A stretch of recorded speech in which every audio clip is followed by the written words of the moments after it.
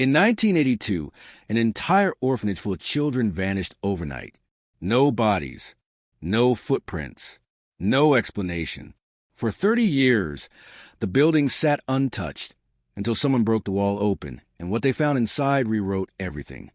St. Catherine's Orphanage once stood tall on the outskirts of Ravensfield, a crumbling steel town in rural Pennsylvania that never quite recovered after the mills shut down. With peeling white paint, stained glass lawns shattered, and vines strangling the sides of its red brick facade, the building looked haunted even in the 1970s. But for the children who lived there, it was the only place they had. There were 32 of them, boys and girls aged 5 to 14. Most abandoned, some orphaned by fire, others by war. But all of them forgotten by someone. Sister Dolores ran the orphanage with a strange mix of maternal warmth and unsettling severity. She rarely smiled, and when she did, it looked rehearsed, like something she had learned from a book instead of a mother. Her rules were absolute. Her prayers were whispered, not spoken. And when she passed through the halls, the children stopped whatever they were doing. The last known photo of St. Catherine's was taken on a foggy Thursday morning in March of 1982. In it, the children stand in 2 rows, some smiling, others staring blankly. Sister Dolores is behind them, arms folded. Behind her looms the building. Heavy, silent, cold. 3 days later, the entire orphanage vanished. Not just the people, the life of the building. Silence descended like a shroud. No one had seen a bus arrive. No neighbors heard screaming. The milk delivery went untouched. The local priest, Father Riley, called the authorities when no one answered the chapel bell for Sunday Mass. When police arrived, they found doors unlocked, meals half-eaten, beds unmade. There was no sign of forced entry. No blood. No fingerprints. But every clock in the building had stopped at exactly 3:17 a.m. Investigators were baffled. Dogs brought in to track. Scents refused to enter the basement. The chief of police at the time, Gerald McKay, wrote in his report that the air felt wrong, like breathing inside a lie. Search teams scoured the woods. Helicopters circled overhead. Nothing. By the end of the month, the case had gone national. Conspiracy theories bloomed. Cult activity. Soviet kidnappings. A secret government cover-up. But none of it stuck. No motive. No evidence. No leads. After a year, the state quietly declared the building unsafe and closed the case. The land was sold for $1 to a private investor who never developed it. Locals claimed it was cursed. Teenagers dared each other to break in. Most didn't make it past the overgrown courtyard. Then came the fire. In 1991, a mysterious blaze engulfed the west wing of the orphanage. No cause was found. No one admitted to starting it. But the fire stopped abruptly just before reaching the chapel. The town council ordered the building boarded up, sealed tight. And for the next 20 years, St. Catherine's sat like a tomb. That is, until 2012. Enter Aaron Calloway, a 34-year-old urban explorer and amateur historian with a small YouTube channel known for uncovering forgotten American places. She wasn't chasing ghosts. She was chasing stories. And St. Catherine's was the white whale. I wasn't expecting answers, Aaron would later tell a podcast. I just wanted to walk the halls where those kids once played. Maybe get a few shots. Maybe feel something. But what she found was far worse. Her footage, later confiscated by state authorities, began like any other.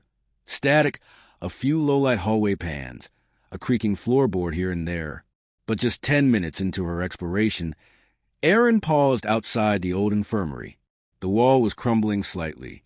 Her flashlight beam revealed a hairline crack stretching from ceiling to floor. Behind it, a hollow sound. She tapped again. Then she ran her fingers along the baseboard and found a strange seam, not in the plaster, but in the wood beneath it. With her crowbar, she pried it open. The wall gave way faster than expected, and behind it was a narrow, dark space. A hidden room, roughly the size of a walk-in closet. No furniture, no windows, just a rusted cot, and dozens of drawings taped to the inside of the wall. Crayon sketches. Childlike. Disturbing. One showed stick figures standing in a circle around a black shape. Another showed the orphanage itself, with red X's over every window. And one, most unsettling, was a sketch of Sister Dolores. But her face was gone, scratched out violently. And beneath it, in shaky handwriting, "She sees us even when we close our eyes." Erin didn't scream, not right away. She just turned the camera to her face. Her eyes were wide, her breathing shallow. Then the footage went black. She ran. Authorities would later confirm that the hidden room was not in the original architectural plans. In fact, the measurements of the building didn't match public records. It was as if the orphanage itself had reshaped over time. But that was just the beginning. What Erin didn't realize, what no one knew yet, was that the room she found wasn't the only one. There were more, dozens, and what was trapped inside them was still waiting. They kept it quiet at first. The day after the wall was breached, the local authorities sealed off the entire orphanage with yellow tape and silence. The news never made it to the evening broadcast. No press, no updates, just rumors, a whisper that someone had finally disturbed what should have been left buried. Detective Mark Halston had been called in from Albany, not because of what they found, but because of what they didn't.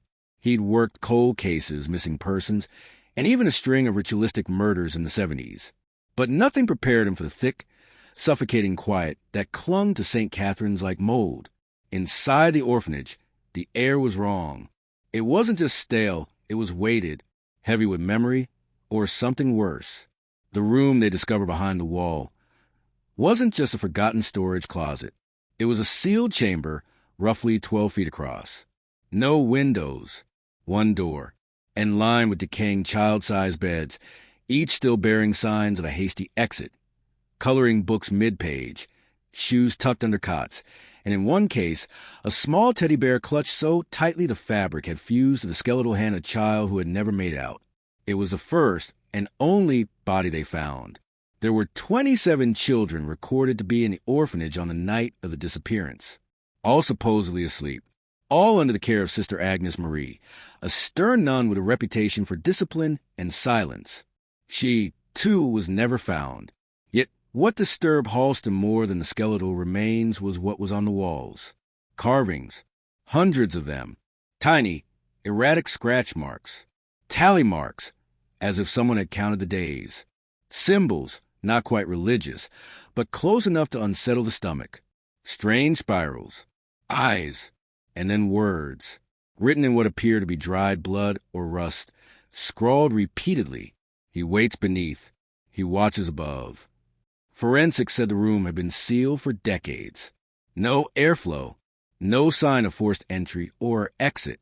The only way in was the wall that had just been broken down. So how did a child's body end up there, preserved, when there were no official records of anyone being left behind? And more importantly, who had sealed that wall from the outside? That night, Halston couldn't sleep. He laid in his hotel bed and listened to the wind push against the window. But it wasn't the wind that haunted him. It was a sound he'd heard inside the room, so faint he thought he'd imagined it. Tapping, from behind the wall, 3 slow knocks. The next morning, the orphanage's old blueprints arrived. The plans were outdated, yellowed, and faded from years in an iron cabinet. But they confirmed something shocking. There was never supposed to be a room there. The chamber didn't exist on paper. No plumbing, no ventilation. It was never part of the original design. Yet it had been there for a long time. He contacted the diocese that once operated St. Catherine's, only to be told it was officially shut down in 1983 due to structural instability and low funding. A lie. Halston had the date of the vanishing burned into his mind, December 18th, 1982, the exact night the last staff report was filed before everyone went silent. Someone wanted this place buried, forgotten. But Halston wasn't the only one poking around. That same day, a woman showed up at the town library looking through old microfilm records of the orphanage. Pale, in her mid-30s, with a spiral tattoo on her wrist, just like the symbols in the sealed room. She never gave her name, but she left behind a note tucked in a reference book. All it said was, "Don't dig, he's not sleeping anymore." The note was written in precise, even cursive, the kind taught in Catholic school classrooms long before handwriting fell out of fashion. Detective Halston turned the page over and over in his hands, searching for fingerprints, imprints, anything, but found nothing except the cold weight of a warning. Don't dig. He's not sleeping anymore. He didn't show it to his superiors right away. Something about it felt personal, like it wasn't just a warning. It was a challenge, a dare. Back at the station, he asked the clerk who was on duty at the library that day. The woman behind the desk was hesitant, chewing her lip before answering. She said her name was Lydia. Didn't give a last name. Seemed nervous. Asked a lot of questions about the fire that happened at St. Catherine's. Fire? Halston blinked. Yeah, the clerk nodded. Didn't you know? There was a fire in 1981. Kitchen wing went up in flames. They said it was faulty wiring. No one died. But there were whispers even back then. Whispers. That word kept coming up, as if no one could ever quite say what they meant when it came to the orphanage. Halston started digging. Newspaper archives, microfilms, handwritten ledgers. He found an article, nearly blackened from photocopy rot, titled, "Kitchen Blaze Raises Safety Concerns at Orphanage." Published November 3rd, 1981. It was barely half a page long, mostly filler. But in the photo attached, blurry, high contrast, Halston saw something that froze his blood. A group of children were standing in the yard watching the fire burn. 5 of them. But all of their faces were turned away from the camera, except one. A girl, around 10 years old. Her face partly shadowed by a curtain of long hair, and carved into her left wrist, unmistakable, was a spiral. That night, Halston returned to the orphanage alone. He needed quiet. He needed space. The sun was bleeding out behind the trees as he walked the corridor toward the sealed room. The silence was deafening. Even the birds seemed to avoid the building now. He paused at the threshold of the hidden room, flashlight cutting through the dusty dark. The child skeleton was gone, taken in for forensic examination, but the air still felt thick with sorrow, or memory, or both. He scanned the walls again. There, in the corner, almost invisible beneath grime, a child's drawing, faint crayon marks. It showed a figure in black, tall and thin, with no face. Behind him, children in a circle, hands clasped. Above them, an eye, open, watching. And below, written in the jagged scrawl of a child, "We were told to dance, so he would not come through." Halston backed away, bile rising in his throat. What kind of place was this? 2 days later, a break came in the form of a 1982 intake log recovered from the diocese archive, a handwritten list of all children under the orphanage's care in the final months before its closure. One name jumped out: Lydia Wren. Date of birth: September 14th, 1972. Admitted May 1980. Status: transferred, unknown facility. There was no record of her being adopted, no forwarding institution, no case file. Just that word: transferred. Halston stared at it for a long time. Lydia Wren, spiral tattoo, creeping around the library, leaving him cryptic notes. She was one of them, one of the 27, and she'd somehow escaped. The next evening, Halston received a call from a number with no caller ID. He answered. There was silence. Then a woman's voice, soft, flat, like a dialed tone laced with breath. "You opened it." He said nothing. "I told you not to dig. He doesn't like when we remember." "Lydia," he whispered. Silence. Then, "I was the last one out. I remember the song. I remember the circle. I remember the black door. We kept it shut. That's all that mattered. But now..." A low click. The line went dead. Halston stared at his phone, heart hammering. Then came the knock at his hotel room door. 3 soft raps, exactly like the ones he heard in the room. The journal had no name on the cover, just a cracked, leather-bound shell with bronze clasp that had rusted shut over decades of silence. Detective Callahan didn't want to force it open. The weight of what it might contain already pressed on his chest like a stone. But Evelyn had no such hesitation. With trembling fingers and an urgency that bordered on desperation, she pried the clasp apart. Inside, the pages were brittle and yellowed, but the ink had held. The handwriting was small, neat, almost childlike in its careful strokes. It began without preface, just a date, March 3rd, 1982. They say not to talk about the Red Room. Sister Agnes says it's where the broken ones go to get better. But I heard Benjamin crying from there last night. He never came back. Callahan's blood chilled. He looked at Evelyn. This wasn't written by a staff member. She nodded slowly, tears brimming. This is one of the children. As they turned the pages, more dates followed, more names, more whispers of things never meant for sunlight. March 6th, we had porridge again. Mine had a worm in it. Sister Miriam slapped me when I told her. March 9th, Benjamin didn't come back, but I saw him. Through the wall, his eyes were open, but they weren't looking. March 12th, Sister Agnes says I'm special. She gave me the tea and said if I drank it, I'd stop dreaming. But now the dreams are waking up. It was a diary of descent. A child trying to make sense of a world warped by cruelty. There were repeated mentions of the Red Room, the basement, and something the child only called Father Solomon. That name hadn't appeared in any official record. No priest by that name was assigned to St. Catherine's, not according to the diocese archives. And yet, Callahan turned the page.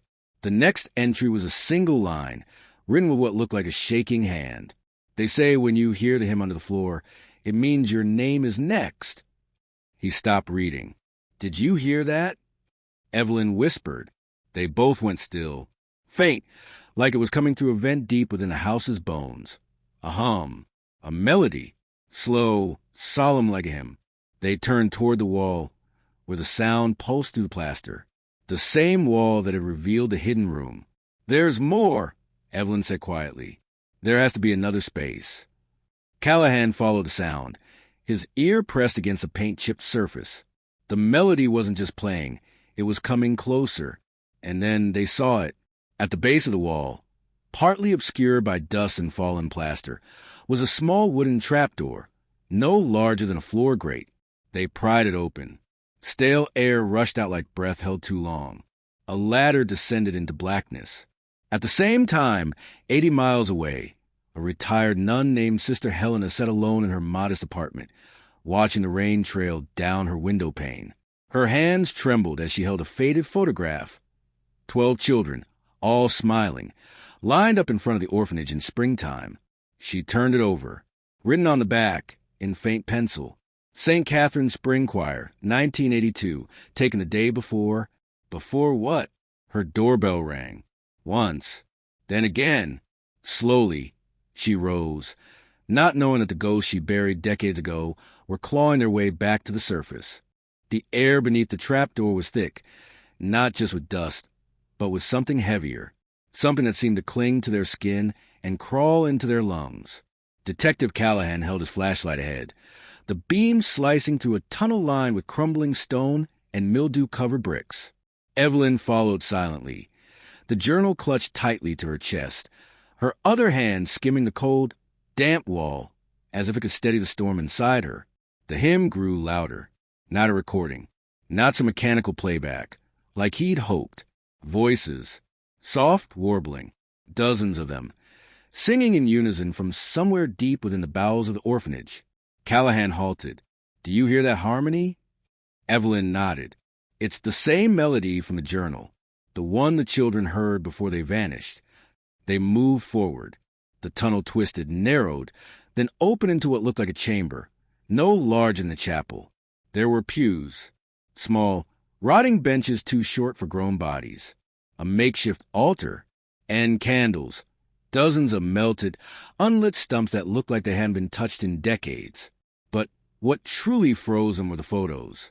Pasted along the stone walls, some framed in cracked glass, some just pinned by rusted nails, were photographs of children, faded school portraits, candid shots of kids in the yard, some crying, some smiling, some with their eyes scribbled out in red ink. In the center of the altar, as if it were a holy relic, sat a gramophone. It spun, slowly, a needle dragging across its disc, but no record was visible. And yet the voices kept singing. Callahan stepped forward, his instincts screaming, but curiosity anchoring his feet. He reached out to lift the lid. The hymn stopped. The silence that followed was louder than song. The only sound now was Evelyn's breath, sharp, erratic, and a faint click like something unlocking behind them. They turned. The entrance tunnel was gone. In its place, a solid brick wall. "No," Evelyn whispered, running her hands along the bricks. "No, it was just here. It was open." Callahan tried his radio. Dead. No static. Just silence. They were sealed in. And then the gramophone needle lifted and dropped again on its own. The hymn resumed, but warped this time. Slower. Dissonant. Wrong. Callahan grabbed a candlestick and smashed the gramophone. Silence again. But now, from the other side of the wall, came soft knocks, slow and deliberate. 1, 2, 3, then a child's voice, barely above a whisper. "She's coming." Evelyn backed away. "Who's coming?" The wall to the left of the altar began to sweat. Tiny trickles of red leaking from between the cracks. The scent of copper filled the air. Callahan looked around, searching for tools, for a way out, for a miracle. Instead, he found a name carved into the stone base of the altar. Solomon Brecht, servant of the choir eternal. He remembered the name now, not from any staff list or priest registry, but from the darker corners of the state archives. A man excommunicated in 1979 for doctrinal perversion and unauthorized rituals involving children. No charges were ever filed. No further details were public, because the church buried it. Callahan turned to Evelyn. "We were wrong. This wasn't just an orphanage. It was a church," she said, staring at the photos.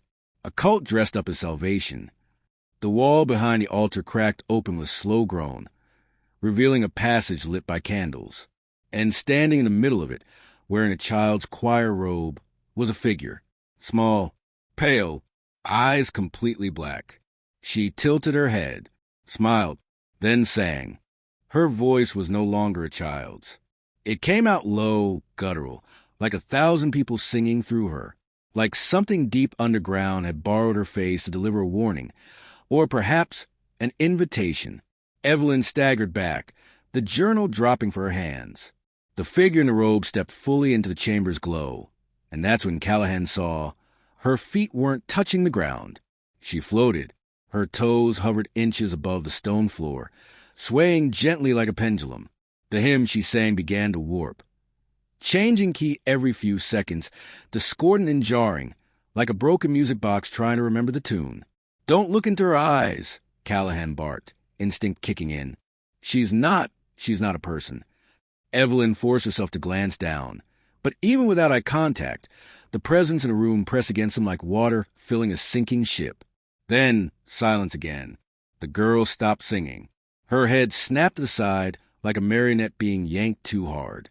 She whispered something, not in English, not in Latin, but Evelyn recognized it. She remembered it from the final entry in the journal, hastily scrawled across a torn page, blood-stained and incomplete. He said we'd be safe if we just sang. If we just kept singing, she wouldn't choose us. But she hums now. She hums when she's ready to feed. The candlelight flickered violently, and with a snap, the girl was gone. Not vanished, not evaporated. Just gone, like a glitch in reality had corrected itself. And then the far wall crumbled inward, not slowly, violently, as if blown apart from the other side. Debris flew, smoke poured in, and out of it came light, natural light, sunlight. Callahan rushed forward and found himself emerging into what looked like a root cellar. Wooden stairs led up to a rotting hatch, where daylight leaked through the cracks. They were under the east wing, the long-condemned portion of the orphanage that had collapsed decades ago in a storm. "How is this possible?" Evelyn whispered. "I don't care. We're getting out." They climbed, kicked the hatch open, stepped into the sun. But the world they returned to had shifted. The orphanage was gone, burned to the ground. Not recently, but long ago, all that remained was a skeleton of scorched timber and blackened stone. No sign of the team that had come in, no footprints, no equipment, just ruin and ash. They staggered out into the field behind the property, where the playground used to be. The rusted slide was still half buried in the weeds. And then Evelyn saw them, children, standing in a line along the tree line, silent, watching, each one of them dressed in the same choir robes, blank faces, mouths closed, except one, a small girl near the center, pale skin, dark eyes. She smiled, hummed. Callahan raised his weapon. "Don't," Evelyn said. "Why not?" "Because we never left." He looked around. The grass moved like it was breathing. The trees hummed the same melody. The sun wasn't warm. Everything looked like the surface of Earth, but none of it felt alive. Then Evelyn picked up a journal again and realized the cover had changed. New letters etched across the leather. Book of the Chosen. Volume 27. Her name was on the inside cover, written in elegant, neat handwriting, as if it had always been there. Detective Callahan's name appeared below it. And then, across the last blank page, new words formed, letter by letter, bleeding up from the paper itself. "Let them sing, and you will be spared. Let them forget, and you will return. Let them remember, and you belong to her." Behind them, the orphanage's chapel bell began to ring, even though the building no longer stood. Father Malcolm's hands trembled as he traced the last of the childlike etchings carved into the corridor. A figure stood at the end, arms raised, mouth wide open, not in joy but in horror. Beneath it, in crude block letters, someone had scratched a word. "Listen." He took a cautious step forward. The silence pressed down on him like wet wool, suffocating. Then whispers. They slithered from the cracks in the stone walls, faint but deliberate. Names. Children's names. One after another. Grace, Benjamin, Lila. He turned in a panic, expecting someone behind him. No one. Further down the corridor, a rusted iron door stood ajar. He pushed it open slowly, revealing a cramped chamber lit only by a faint shaft of light from above. Inside was a single metal bed bolted to the floor. Chains dangled from its sides. And on the mattress, brittle and yellowed, lay a diary. Not a priest's, not an administrator's. A child's. He picked it up gently, pages crumbling at the edges. The handwriting was shaky. Words scratched in desperation. They said we were special, but I know what they're doing. We're not safe. They come at night. Not Father Joseph. The other ones. From the basement. Page after page described strange rituals. Rooms sealed behind walls. Children selected and never seen again. One entry chilled Malcolm's blood. They made us watch. Then they said I was next. I don't want to go. The screaming won't stop, even when I cover my ears. In the final entry, dated October 13th, 1982, the child wrote, "I hear them. They said the door will open again someday, when someone like him comes. The watcher knows." Beneath the writing, smeared in what looked like dried blood, was a tiny handprint. Father Malcolm dropped the book and stumbled backward. His flashlight buzzed back to life, but the room had changed. Now, the chains rattled on their own. From behind the far wall came a sound that didn't belong underground. A child crying, then a second voice, croaky, inhuman. "Father." He ran, his footsteps pounding down the corridor, echoing off the stone in frantic rhythms. The names and the whispers chased him, growing louder, faster, until it felt like dozens of children were right behind him. He reached the surface, gasping for air as the door slammed shut behind him, sealing itself so perfectly that no crack remained. The velvet curtain he had pulled aside now hung motionless. Back in his office, Malcolm stared at the diary, still clutched in his hand. A single question seared itself into his mind. If the orphanage was shut down in 1982, who sealed that door from the inside? The storm rolled in that evening with a fury that felt biblical. Thunder like war drums, rain like shattered glass. Inside the chapel, Father Malcolm sat alone in the confession booth, the child's diary open beside him, a candle flickering weakly against the gathering dark. He hadn't told anyone about what he found. Not the other clergy, not the diocese. He didn't know who he could trust. He only knew that something was watching him now. That night, just before midnight, the church doors creaked open. Malcolm looked up, expecting the wind. Instead, a figure stepped inside. A man, hunched, frail, cloaked in a soaked coat. His face was obscured by shadows and a wide-brimmed hat. Without a word, the man made his way to the confessional. Malcolm, startled, stepped into the side of the booth. The man's breathing wheeze, wet and irregular. Then a rasping voice whispered through the screen. "Bless me, Father, it's been 40 years. Malcolm didn't speak. Couldn't. I watched them. I watched them all. The man continued. The ones that came in happy and left broken. I told myself it was God's will, that it was necessary, that the children were chosen. Malcolm's voice finally returned. Who are you? A long silence. Then, I was a night porter. My name doesn't matter, but they call me the Watcher. Malcolm's heart pounded. You think the priests were the worst of it? No, the priests were just sheep. The real power lived beneath. The old rooms. The hollow. It's older than the orphanage, older than the church. They fed it and it gave them favors. Every few years, one child disappeared. Two, sometimes. The others never asked questions. The ones who did were punished, or sent away, or offered. The voice cracked. There were chants, symbols in chalk, bones in the walls. I didn't stop it. I couldn't. I was afraid. Malcolm gripped the screen. Why are you telling me this now? The man exhaled, slow and ragged. Because the hollow is waking. I hear them again. The children. They never left. He pushed a bundle through the screen, a set of yellow blueprints. Then he stood. God won't help you down there, Father. The door creaked open. By the time Malcolm rushed out booth, the man had vanished. The rain had stopped. The blueprints were real, stamped in 1931 by the Archdiocese. But they didn't match the current layout of the church or orphanage. These plans showed another level, a hidden chamber beneath the boiler room, a chamber labeled only as Sanctum Lamentis. Malcolm didn't sleep. By morning, he'd packed a bag with holy water, the diary, a crowbar, and a loaded pistol. The hollow was real, and if what the Watcher said was true, it was waiting for him. But he wasn't going alone. The boiler room hadn't changed in decades, rust-covered pipes hissing quietly, the scent of old oil clinging to the concrete like rot. Father Malcolm's flashlight swept across the wall, landing on a rusted metal panel bolted shut, just like the blueprints had shown. He took a breath and pried it open with the crowbar. Behind it, a narrow stone tunnel sloping downward into pitch black. The air that rushed out was cold, ancient, and wrong, like something had exhaled from the earth itself.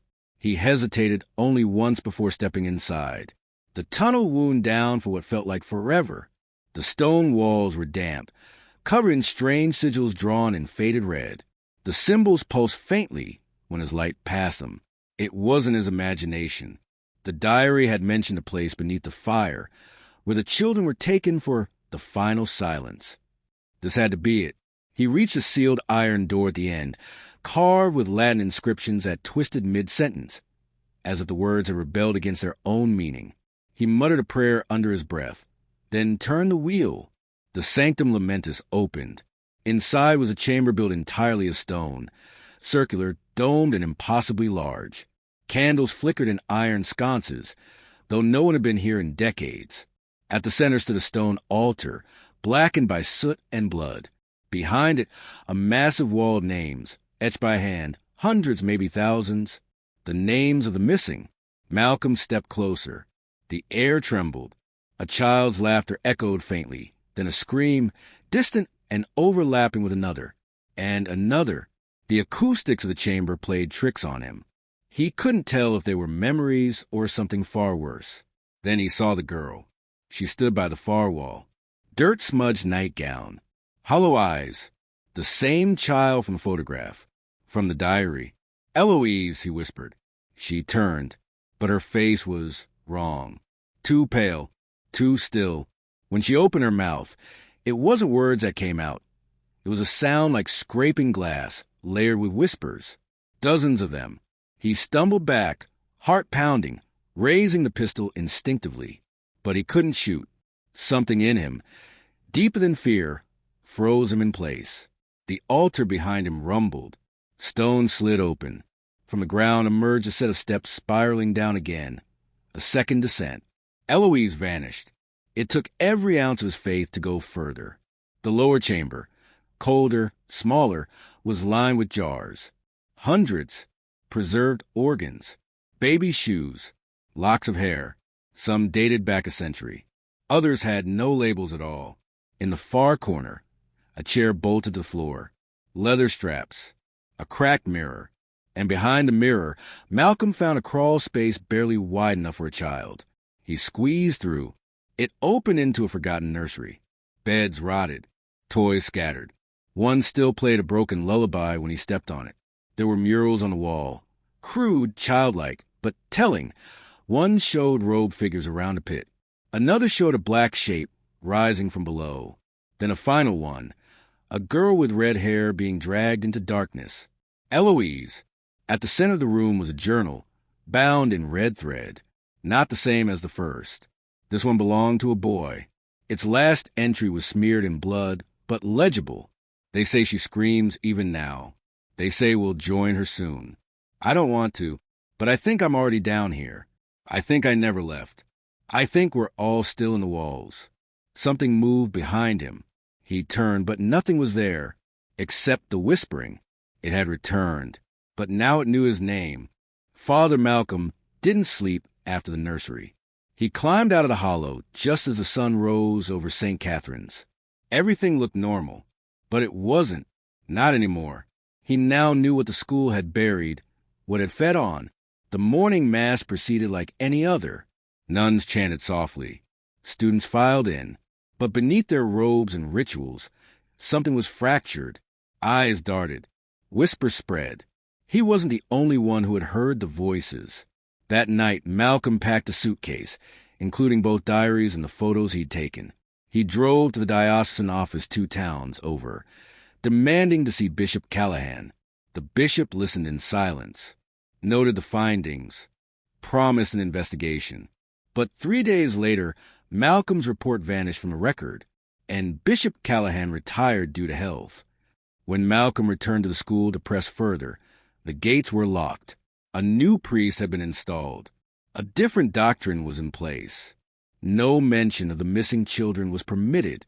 And the headmistress? Gone. Her apartment above the chapel was stripped clean. No forwarding address. No record she ever existed. The institution had swallowed its sins once again. But Malcolm refused to let it end there. He went public. Quietly at first. Whispered to former students. Posted anonymously on old parish forums. Word spread, not as news, but as legend, urban myth. Locals told stories of the chapel that screams and the nun without a shadow. But some remembered. Shannon, now a grown woman, found Malcolm through one of those whispers.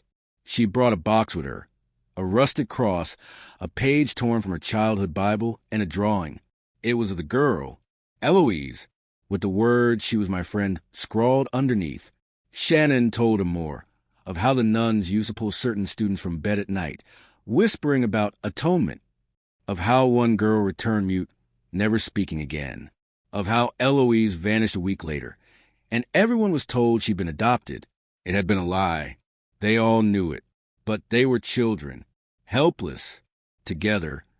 They decided to build something different, not a church, not a school, a record. They collected testimony from survivors, names scratched from enrollment logs, old photographs, letters, funeral announcements.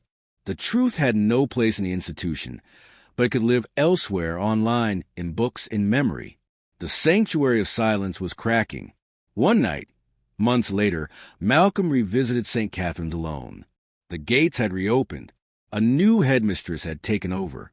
She claimed to know nothing of the past.